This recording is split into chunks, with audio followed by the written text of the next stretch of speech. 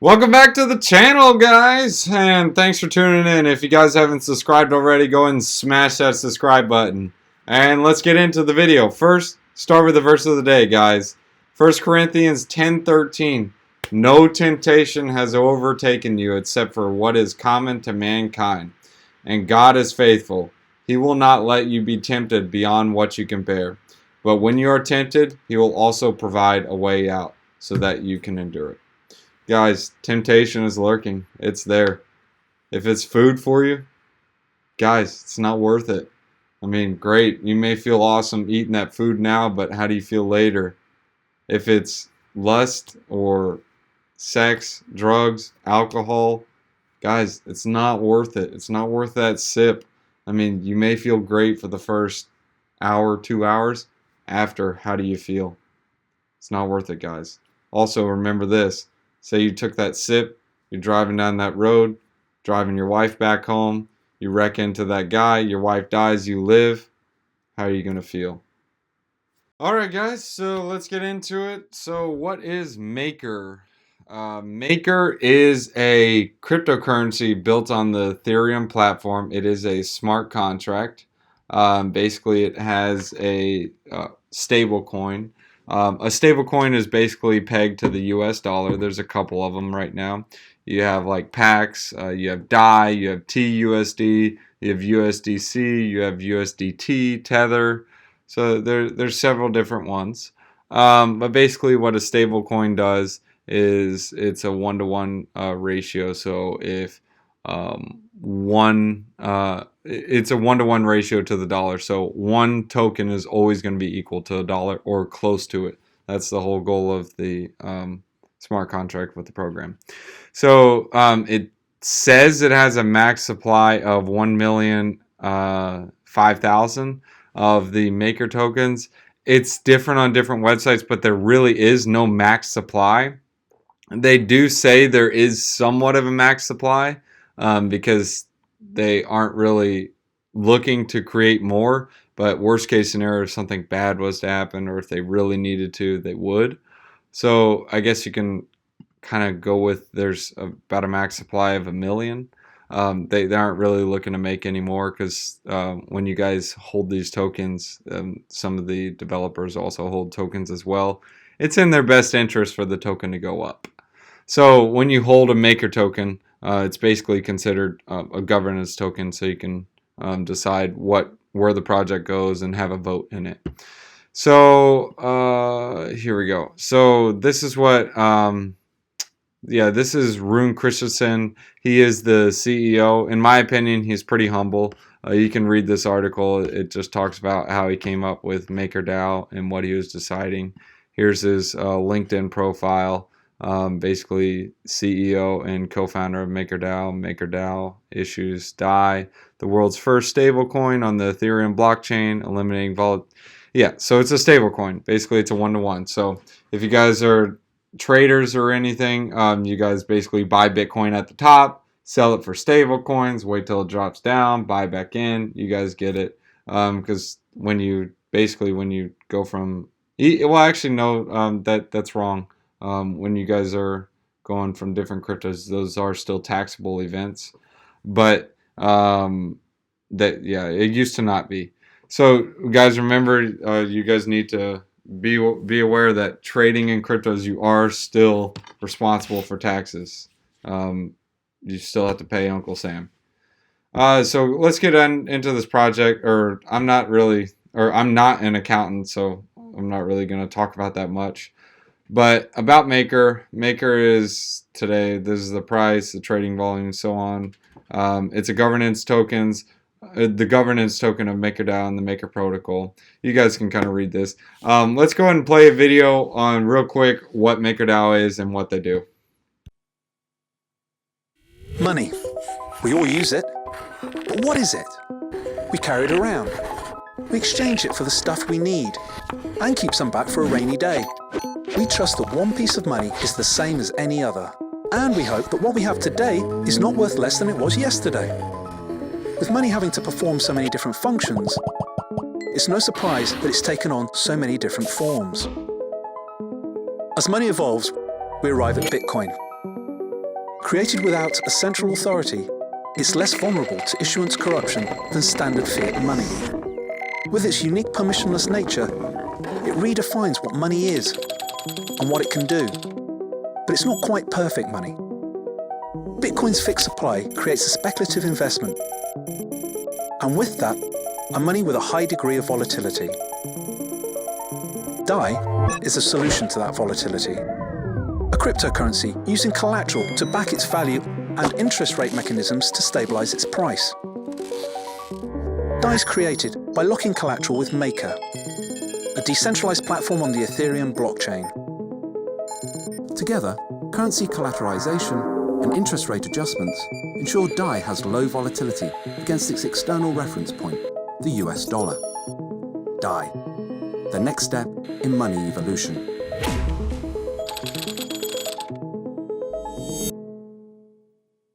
Yeah, guys, welcome to the 21st century. We have attention spans of about 5 seconds. So I hope you liked the video. Here's in the Maker ecosystem. Here's a couple things. So these are different ways you can get DAI. You can earn interest, buy and sell Bitcoin using ATMs, so on. You can use your DAI. This is different places where you can go. Charities. That's good. I love it. WireX, transfer digital and traditional currencies around the globe. There's also different tokens for that too. So here's some different things you can do with DAI. You can hold your DAI on a ledger, MetaMask, Trezor, MyCrypto. There's several different wallets. I don't see the other ones here. You can accept DAI. So these are ways if you're like a merchant, you can use these different apps. PundiX is a pretty good one. That one I believe is over in India. It's pretty big. DeFi. So these are different ways for decentralized finance. So basically being your own banker. Compound's a good way to earn interest. Uniswap's pretty cool too. You can also play with DAI. So if you guys are looking to play those video games, go for it. Game them up. So that's real quick about the DAI ecosystem. Now we're going to start drawing for you guys. So here's some use cases for DAI or MakerDAO. So here's the concept. So you got this one guy. My drawing is atrocious. And you got this other guy. So he's got 3 Bitcoins. So we'll say he's got 3 Bitcoins. He owes this guy, let's say $1,000.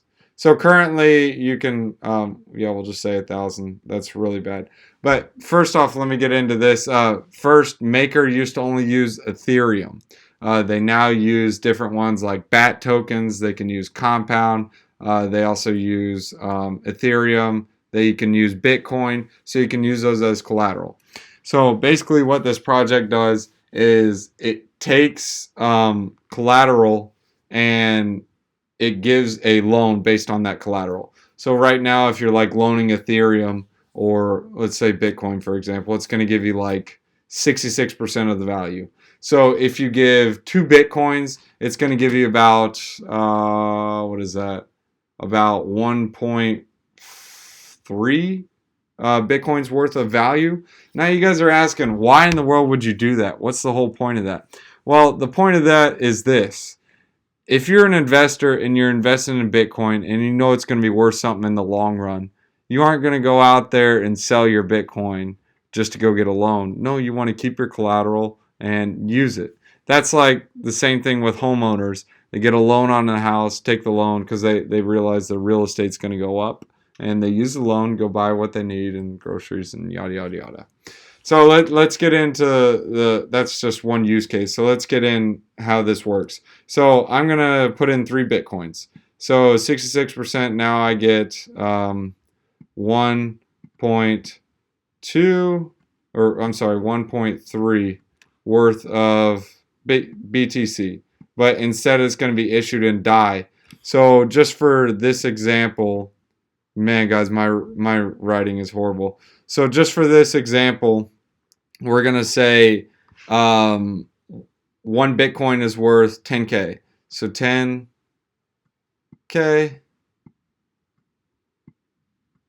1 BTC. So 10K equals 1 BTC. So now that means we have 13K worth of money. So now, let's add a 0 to this, make it interesting. So now we're going to pay this guy. Wow, that's a great arrow. So now we have $300 net, or $3,000 net. Us.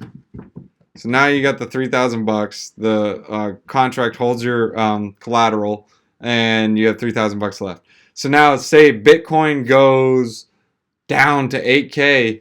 Now your collateralization is different. So now you only have 16K worth of Bitcoin. So 66%, or I'm sorry, let's do 5K, even numbers. So now 66% of Bitcoin is going to be $6,600. But you already spent $10,000 and you don't have any more Bitcoin to cover it. So that smart contract is going to go bust on you, and basically you're going to lose all your BTC and you're going to have a fee on it. So which is what your BTC is going to cover in your collateral. So you guys have to be careful with taking this loan. Don't over collateralize. So if you're going to be taking a loan, you only want to take a loan on what you can afford. So they have the ratios in there. I know it sounds a little difficult, but the picture really doesn't help any. So when this happens and it's going to call for your loan, or call for, like, same thing with like investing in stocks, if you're going on leverage, they're going to make calls on you, and if you don't pay it, you're going to lose your stock. So basically it's going to liquidate your Bitcoin if you don't pay it. So another thing, if you're trying to recollateralize it, you just pay more Bitcoin into the system, and then you can also wait for the Bitcoin to go up after it pays it in, and it'll recollateralize, and it's basically just moving numbers all the time. So if that drawing helps, great. If it didn't, I'm sorry, my writing's atrocious. But my writing is atrocious. So we're not going to save that picture. It's horrible. So you guys can kind of see how that drawing explains a little bit of it. So let's do just a better drawing so you guys can see it. This guy does a lot better job, so let's check it out. Stablecoins. The name is a bit of a misnomer. In theory, stablecoin prices are pegged to various fiat currencies or hard monies, like gold or silver, in an effort to keep the crypto token's price, you guessed it, stable. The benefits to a business that a stable token could provide are great. A stablecoin makes finance far easier than a volatile coin. Since the price is predictable, budgeting becomes less of a headache. But in practice, this is a tough solution to make work. Take DAI, for instance, the stablecoin designed by the Ethereum project MakerDAO. In the last 3 years, MakerDAO has become the most popular decentralized finance application on Ethereum. The MakerDAO project includes 2 tokens, MKR and DAI. DAI is the stablecoin, MKR is the governance token. To understand the MakerDAO system, it's important to note its role as a lending platform. So let's get into it. While both tokens can be purchased directly on exchanges, DAI is created when users of the system lock up Ether. When users lock up ETH, they can withdraw DAI, which maintains a soft peg to the US dollar. Users can withdraw up to 2/3 of the value of Ether that was locked up. There's currently over $400 million in Ether locked up in MakerDAO. So someone depositing 300 in ETH at today's prices could then borrow up to around 50,000 DAI, which would be worth roughly $50,000. Yet because the price of Ether fluctuates so much, the MakerDAO system encourages users to over-collateralize, meaning they'll have to lock in more Ether than they'll get back in DAI. The minimum amount a user must collateralize their DAI loan with ETH is 1.5 times. But people usually collateralize much more. Much like a traditional credit card, DAI loans accrue interest. In January, the interest rate, which is called the stability fee for a DAI loan, was 0.5%. Sounds like a good interest rate compared to the range banks charge, anywhere from 10% to 30%, depending on a person's credit score. But that low rate hasn't remained. Over the last couple months, DAI interest rates have fluctuated dramatically. DAI's price, 1-to-1 with the dollar, is kept by backing the token with an equal amount of debt. If there is more DAI in the world than the market demands, and oversupply, the price will drop. So the system began to adjust by increasing the interest rate on all borrowers in order to encourage them to pay down part of the amount they took a loan for or close the line of credit altogether. When people pay down their debt, they pay it with DAI. That DAI gets burnt or destroyed when they do, which contracts the overall supply. A smaller supply should drive the price back up, and that's what happened in recent months. In order to close a loan, the user can only repay the principal with DAI. They have to repay the interest accrued in MKR. Both those coins are then burned as debt gets retired. DAI is destroyed because DAI is only backed by debt, so without that debt in the ecosystem, those coins are not needed. MKR is destroyed as an incentive for the MakerDAO community. With a present supply of roughly 1 million, destroying some of those MKR tokens makes the price of the rest appreciate or go up. A DAI loan could also be liquidated automatically. Should a person's collateral dip below the minimum 150%, the system will liquidate their ETH holdings automatically with a 13% penalty fee. That's on top of the interest owed as well. It's a fee big enough few users want to get hit with. This is why the rapid increase in the interest rate has been so controversial. While it was clear to everyone participating in the ecosystem that interest rates could be increased in the future, these rates have been increased from 0.5% to 19.5% over the past 5 months, which has pinched borrowers, especially those who didn't use the loans just to speculate on tokens. The cost to borrow has gone from an amazing deal to more than many people would pay for completely unsecured debt with a credit card, presumably to evade the sort of nosy questions bankers tend to ask before lending money. So who decides when to increase the interest rate and by how much? To explain that, we have to explain one more concept: a decentralized autonomous organization, or DAO. The idea of a DAO is that lots and lots of people can manage and run an organization, taking advantage of the wisdom of the crowd to make the optimal choice. MakerDAO is a programmatic loan system, but it's also a DAO. The DAO is governed by people who hold its MKR token. They get to decide on things like the interest rate, how much of one type of loan can be issued, and more. Because of this and the possibility of appreciation, the MKR token has been attractive to hold.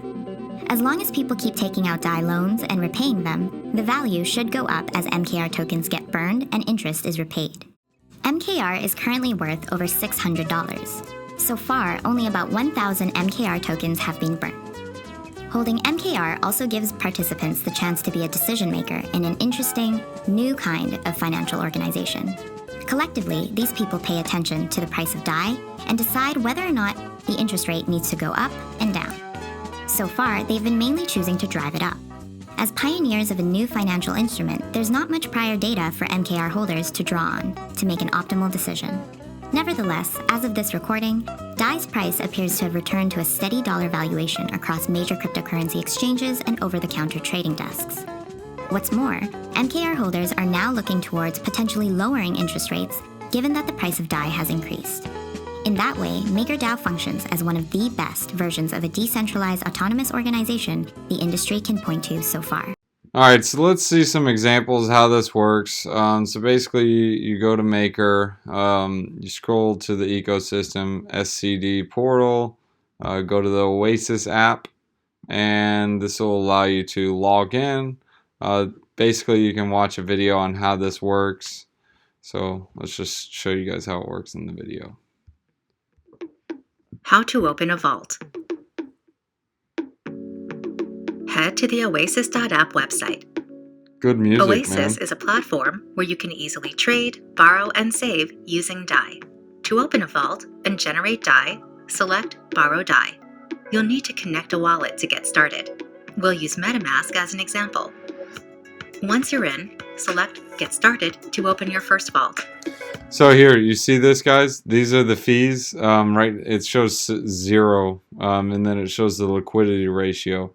So that means you basically have to have 2 Ethereum to get 1.5 worth. So what a liquidity fee means is basically if they had to liquidate your assets, it's going to cost you 13%.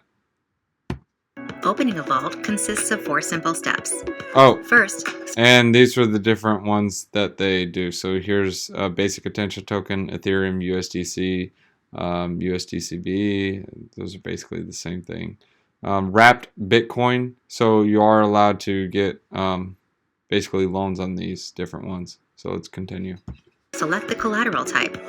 We'll use ETH as an Oh, dummy me. Look, here's the information, guys. If you want to read what I just said, look at those. example. Next, configure your vault for easy management. This only has to be done once for each new collateral type. Next, the most important part. Set the amount of collateral and how much DAI you This is want your to smart generate. contract. Please note that generating DAI isn't absolutely free. The Maker platform collects a stability fee, which is calculated against the total amount of DAI drawn on your vault. The fee can change and is automatically added to your outstanding DAI debt. Oh, isn't that It's convenient? critical to keep an eye on your liquidation price to ensure your vault doesn't become liquidated. While you can generate the maximum amount of DAI, be aware that liquidation can occur if your collateral price falls below the liquidation price. This is what we were talking about in my If the price goofy of your sketchings. collateral approaches the liquidation price, you may have two primary options. Either pay back some of your DAI debt or deposit more collateral. Note that when the price of your collateral drops below the liquidation price, your collateral will become available for auction. Once done, you'll be prompted with a confirmation screen containing all the details, including the stability fee and liquidation price. Click Open Position to confirm. Congratulations, your vault has been created. In the Overview screen, you can see all currently open positions. Select one of the vaults to see its details. In this screen, you can see all the details related to the vault. From here, you can manage your vault, deposit or withdraw collateral, generate more DAI, or pay back your DAI. Please note that there's no timeline to pay it back. For more information, visit oasis.app. Awesome, Tina. Thanks for the information. So basically what Tina, I don't know what her name is. But anyways, so what she was explaining is basically you can get a loan without the person saying, oh, what's your credit score? Or, oh, can you guys afford this? Oh, what's your job? What's your income? I mean, you can literally get a loan like on the computer within seconds. So it's crazy. So that's why this is so disruptive. It's great technology. So this is just an introduction to it. If you guys want to try it, go ahead, go try it. This isn't financial advice. This is not advice either. I wouldn't recommend doing it, but people will do this. People are thinking, oh, Ethereum's going to explode, or oh, Bitcoin's going to explode, so they want to capitalize on it. So what they'll do is say they have 5 ETH, 10 ETH, they'll get a loan on that Ethereum, go buy some more Ethereum with the DAI they just got, and then do the same thing, take that Ethereum they just bought, put it in the smart contract, get more DAI, buy more Ethereum, take the Ethereum, put it in the smart contract, get more DAI, take the DAI, buy more Ethereum, and so on, the vicious cycle. But that could be a huge, huge disaster. Say Ethereum tanks, all of those contracts are going to be liquidated and you'll lose all that money. But hey, it's your gig, it's your money, you do what you want. So guys, if you guys have any questions or if I missed anything, go ahead and leave it in the comments. Oh, well, I guess I did miss something. What's the whole reason for holding the Maker token? Guys, it's the governance token. So what the governance token does is allows you to vote. So it allows, oh, here, see, vote changes on the Maker protocol.